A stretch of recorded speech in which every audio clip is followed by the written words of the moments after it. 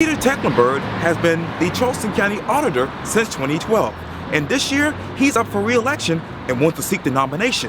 In this special edition of Quintin's Close-Ups, I speak exclusively with him one-on-one. Peter.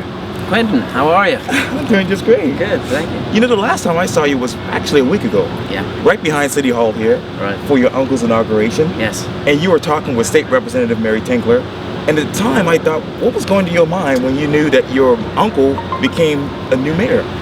Well, there's a lot going through my mind. I was talking to Mary. Mary and I went to elementary school together, so I've known Mary my entire life, and it's sort of funny to see both of us sort of end up in these positions. Right. And we both come from families that have put a lot of focus on public service. Right. And so I think getting back to the inauguration, that had, I think a lot of what was on my mind was I was just very proud of John and of my family and everything that's going to happen in the next few years. John's very ambitious, and he has a real passion for the city, and I think he'll do a great job. And let's stay with John, because you know a lot of people don't know too much about him, because you know he was never a politician.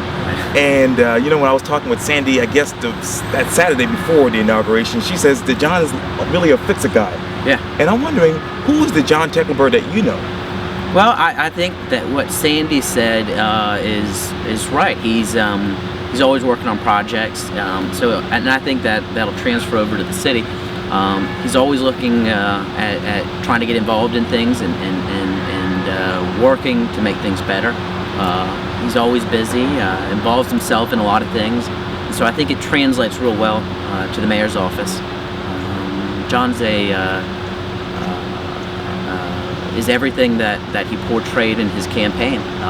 He's honest, he is passionate, and I think that translated through the campaign, and I think that's why a lot of folks put their trust in him to run the city for the next 4 years.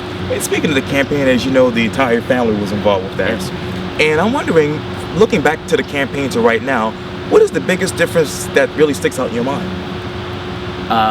The biggest difference between the campaigning and now that he's mayor. Oh well, it was sort of a team effort, right. But because we've all been sort of involved in it for a long time.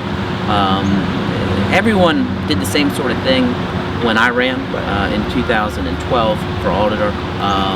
So I think it was sort of we were a little used to the calling our friends and writing letters to our neighbors, trying to get folks to listen to John. It was a family effort, but you know, I don't know if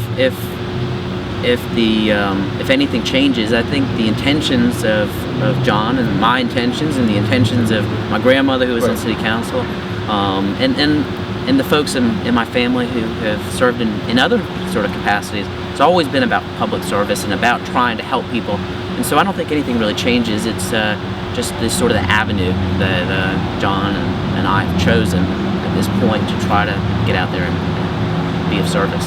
And now let's talk about some more good news for Tecklenburg family, because I guess it was 2 weeks ago when we were right in front of City Hall. I was just taking a run because of the whole Marriott situation and trying to get my mind off of that. And you told me how crazy that was. Yeah. And you told me that you have a special announcement. Well, yeah, I figured I'd tell you first. I think a lot of folks, I've told some of my family and friends, but I haven't publicly stated that I will be running for re-election for auditor, which is in 2016 this year, and so sort of using this as my opportunity to announce that I intend to seek the nomination again. I've had a wonderful 4 years in office. I enjoy it, feel like I've been able to be of service, done a lot to sort of bring the auditor's office into the 21st century. Right. I followed someone who's turned out to be very friendly and kind to me and helpful in Peggy Mosley. Yes. But there sort of was a generational sort of thing, and so it was time to bring in some new practices in which I was able to do and have been able to, and so I'm excited about another 4 years of doing this, and I'm hoping that the people of Charleston County will give me their trust to do that again. They put a lot of trust in me 4 years ago, Right. to do a job, and that's what it is. It's really not a political position. It's a position that folks are putting their trust in me to do a job, Yeah. and I look forward to it every day. I go to work and I enjoy it. I have great people who work for me, Okay. and that's a real reflection on Peggy Mosley. She left me some great folks, Okay. and that's I think her biggest legacy, and at least in terms of how I'm concerned, Right. is what she left me. And then we work hard and we focus on accuracy and Right. timeliness, Right. and customer service. And Sure. so every day we sort of let that be our lead, and we're doing good things. And I think we're changing the way that county government operates. And talk to me about when you reached the decision of really seeking re-election, because you have 2 children, you Yeah. have a wife, Yeah. and you lead a busy life. Yeah. And I'm wondering, when did you reach that particular conclusion? Well, I knew that it was going to be a lot of work. I knew being elected in 2012 that you look at some of the other courthouse officials who've been elected, and it not being a political position, so to speak, not a real stepping stone to other future political office, it being a job. You see folks who take more of a long-term approach to it. You'll see folks who've been in office for a little longer, mostly because with the experience you build, you also build a lot of ability, and so I think as that time has gone on, a lot of these sort of complicated things have become easier, and I've always been sort of a numbers guy anyways, but now I have a better grasp, and we're making a lot of progress in the office, and we'll see where we are in another 4 years. I don't know if this is going to be something I do forever, but this is something that I think there's a steep learning curve on, that it takes a little bit of time to get used to, and so a lot of the changes I was able to make initially were really sort of behind the scenes sort of things. A lot of the things I've been able to push out on a smaller level, I'd like to increase in the next couple of years. We've, it's not rocket science, but there are a lot of folks in Charleston County who have a hard time accessing my office. We're on the internet. I mean, we try to we put up a new website. We try to make ourselves available. The places in Allendale, places in McClellanville, places in Ravenel, and who don't know where to turn. Folks who, especially in some of the rural areas, and even in the areas in North Charleston, Chicora, Cherokee, Union Heights, where the folks have a lot of questions and concerns about taxes, properties, airs property, excuse me. And so what we did is we've sent people out into the field. We had someone go to Solidbury Road and the community center there, and went out there with a laptop, a bunch of forms, and allowed folks to come in, because I think that's one of the big stumbling blocks that a lot of folks have, is they don't understand the taxes, they don't understand the tax bill, they don't understand what they're entitled to. Right. And we sent someone out there, and it turns out we were able to find a number of folks who were eligible for homestead exemptions and did not have them.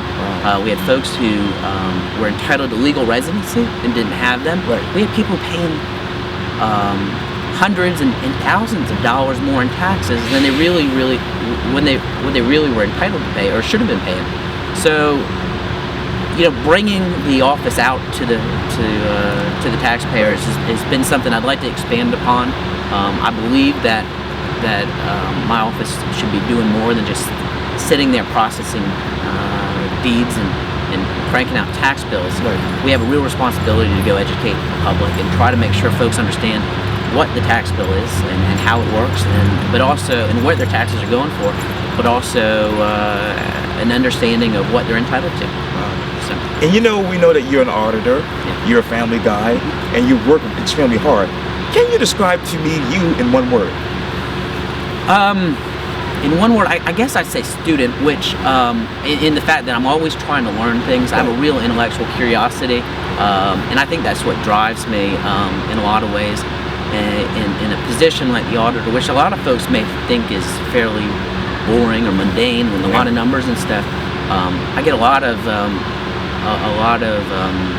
joy out of seeing how I can make things better. So I'm always trying to learn new things. That's what sort of keeps me going. So I guess in one word, I don't know if student is the best term for that, but I have an intellectual curiosity that sort of drives me. That is awesome. Well, Peter Tecklenburg, thank you Yeah. so much for your time. I really Thanks, appreciate Quintin. it. Thanks for what you did. Thank you. I Yeah.